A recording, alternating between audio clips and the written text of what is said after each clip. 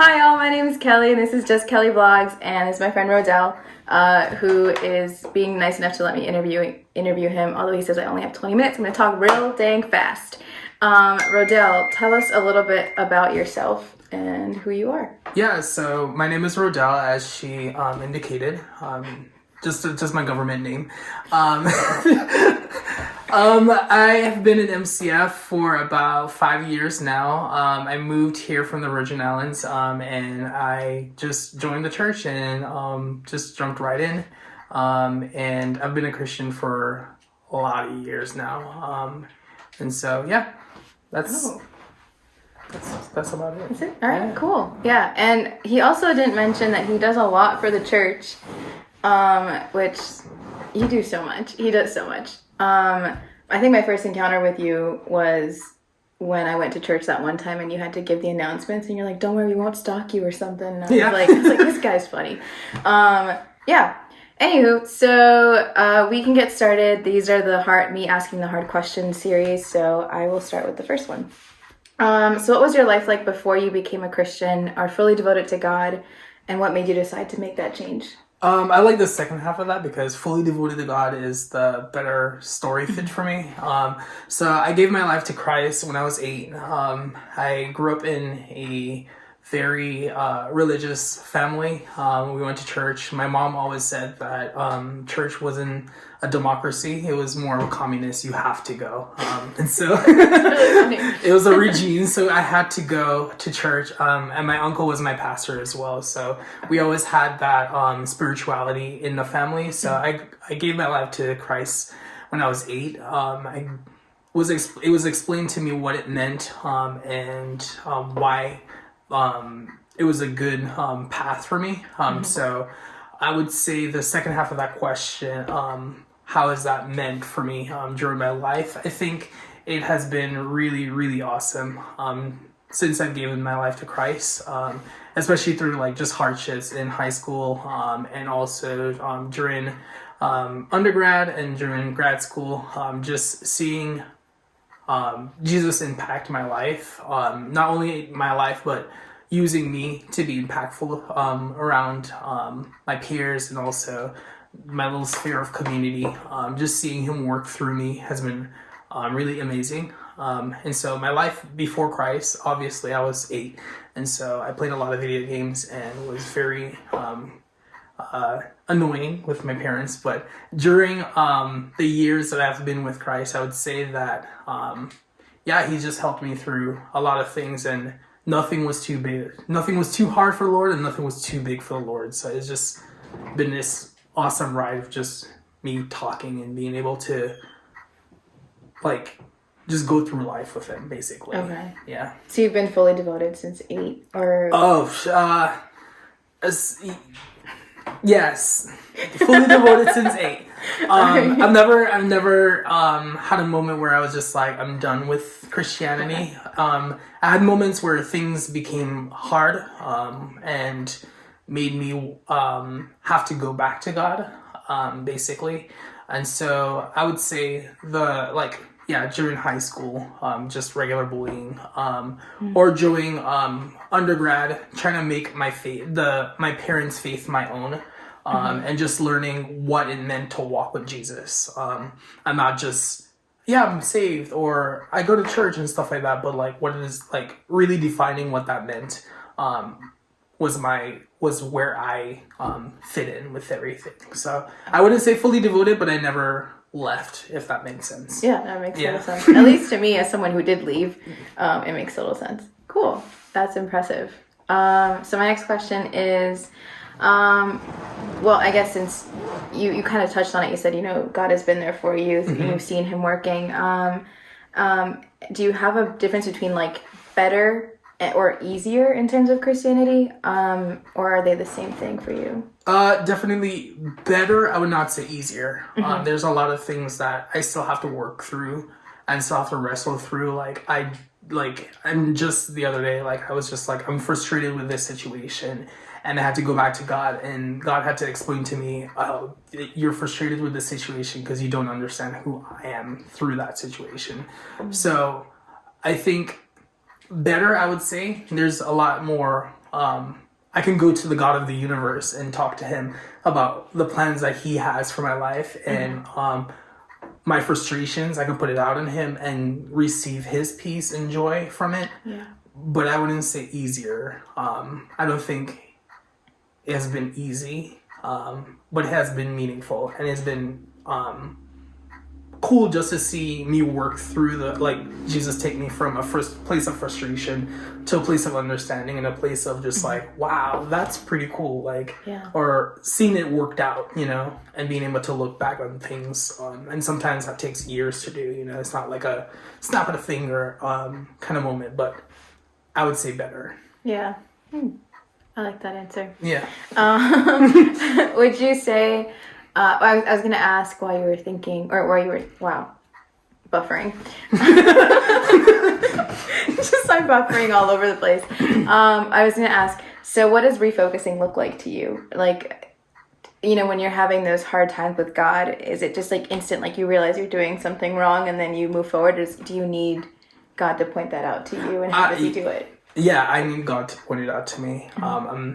I'm kind of dense in my thinking, and even my parents were just like, "You're kind of dense, Rhodel." And I'm hard and strong. Wrong and strong. Sorry. If I have a wrong idea, I run with it, and just like, this makes sense. This makes sense, and I run with it. And I think how God uses or speaks truth to me is more so. I wouldn't say like it's a aha or click or whatever, like in the beginning. At first it's just like, I think he just allows, like, I would say just a frustration or the emotion to go, and then after a while I'm just like, this is not making any sense, and it's just like kind of nudge, kind of just like, why don't you try the Bible, go back to the Bible. And then I'm reading the Bible, and then something points out, just like, why did you say this? Or like some random verse will pop up. And so like an example for that, I was reading in Psalms, I believe it's 47, and the verse says, "Be still and know that I'm God, and I'll be exalted in all the earth and all the nations." And I was just like, I think I'm doing a good job at being still. I know what it means to be still, God. But then, like, it just kept popping up everywhere, and I'm just like, okay, maybe I'm not being still. Maybe I'm not being still. And basically what the Lord was trying to get me to was just taking the time to know God and not just being still. Because I was just like, oh, yeah, I can be still. I can just be myself, And God was just like, no, I want you to know who I am in every situation that I put you through. And so it took me a while to get that, and I'm still learning how to know God. I don't think we've ever reached there, but so I think just God uses the frustration or emotion or the situation to point me back to him. Like, just like, oh, there's this problem, and it's just like, there's a solution. So. Cool. I don't know if that made sense. It made sense to me. I hope it made sense to you. I hope it made sense to you. Sorry. Comment down below if it didn't make sense. We'll ask him questions. There you go. We'll ask more questions. We'll go part 2 or something, or 3, or whatever this turns into. All right, so you're such a goof. Okay, so you talked about this too. You're just answering all my questions. Dang, look at you being an overachiever. The Lord just spoke to me, and I was just like, there we go, 20 minutes. Right. Also, Rhodel just told me he never looked at these questions, unlike everybody else. So this is really the Holy Spirit. You're getting the raw Rhodel. The whole thing, fresh. Nothing edited. That will be right off the boat. There will be editing. Because I buffer sometimes, but it won't be Rhodel's editing. It'll be like fixing me up. I'm perfect, so. Do you see this face? Do you see this? No. Perfection. No, I meant like, I don't believe that you're perfect. Comment below. No. Wait, that's like going against your You're a mess. But the Lord's still working on me. Yeah. But in other words, he's not perfect. I'm a perfect mess that the Lord is fixing. So anyway. Perfect imperfections. That's what that is. There you go. That's what I like to say. Anyway. Have you ever been in a situation where you felt that God was saying no or not yet, and how did you handle that? and this is like, you know, you like I love that you're laughing because it means it has happened. But even to a situation that you really, really want, like you would do almost anything except for, you know, violate the 10 commandments, you know, something like that. Yeah. So one of the things that I wanted to do, I wanted to go grad school in Florida, and God was just like, so you're coming back to Maryland. So that's a long story.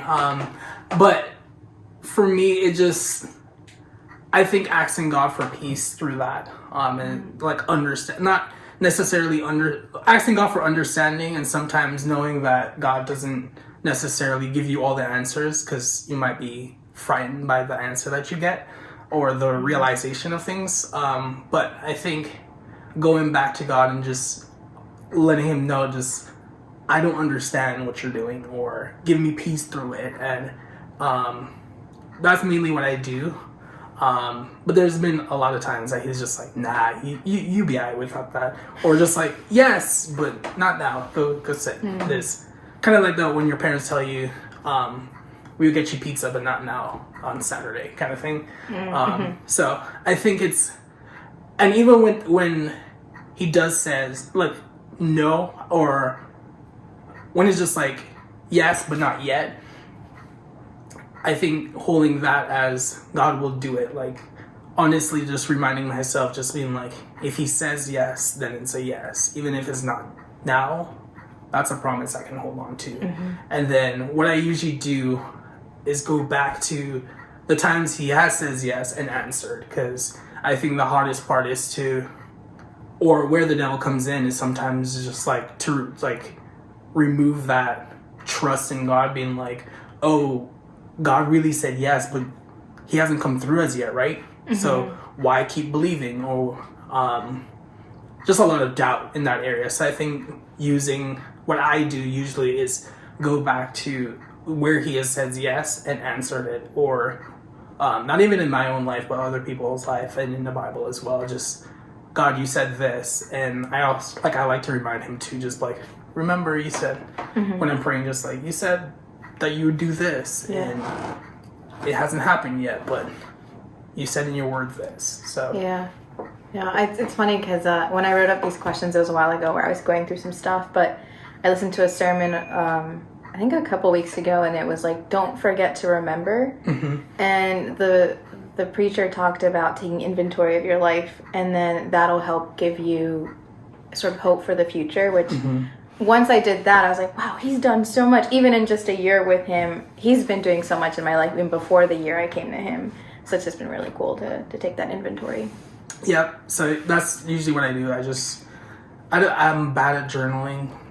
Oh, really? Yeah, I'm terrible. I'm very bad at journaling. That makes me feel so much better. But I try to put down some remembrance, or try to make a mental note, or some type of way I can remember that God did this. Or even I tell some of my friends too what God did, and then they remind me, just like, maybe you should pray. Remember when God did this for you? And it's just like, oh yeah, he did do that. Yeah, he did do that. So I think just having those little, they call them Ebenezer's in the Bible, because God told them to raise memorial of what he did. And so just raising those little Ebenezer's, those little memorials of what God did, because they're going to be harder things and places where he says no, or no, not yet, you know. And I think those are the frustrating parts. The no, not yets are the most frustrating. I'm going through one now, so yeah. It's funny you said Ebenezer, and I thought of Ebenezer Scrooge from like the Christmas Carol. That's not the same thing. Not the same thing. But it was still what my mind did. So look it up. Look it up. Not Christmas Carol, the actual Ebenezer from the Bible. That's what I meant. Yeah. Or both, whatever. Enjoy. I meant both. I meant the other one, but the Bible. Go to the Bible first. The next question is, you talked about that. Where do you go? Okay, so I assume, at least the way that you were talking, but please tell me if I'm wrong, you haven't taken control in any of those situations. Okay, well this is actually perfect. Hey y'all. So as y'all just saw, that was part 1 of Rhodel's interview.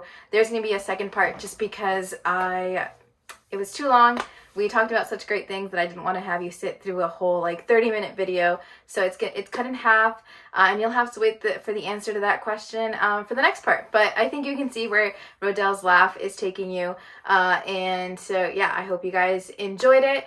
I hope that what he had to say so far really resonated with you and that it helped you out or even got you thinking about some stuff that maybe you've been struggling with lately or in general. And yeah, I hope you guys had, enjoyed hearing all of his wisdom that he's had since he was 8 years old. I'm not going to age him right now, but he's definitely way past 8. So it's been a while since he's a Christian, and like, honestly, he's such a great source. So yeah, I hope you all enjoyed. And please share, like, and subscribe. And I will see you guys in the next one for part 2. So see ya.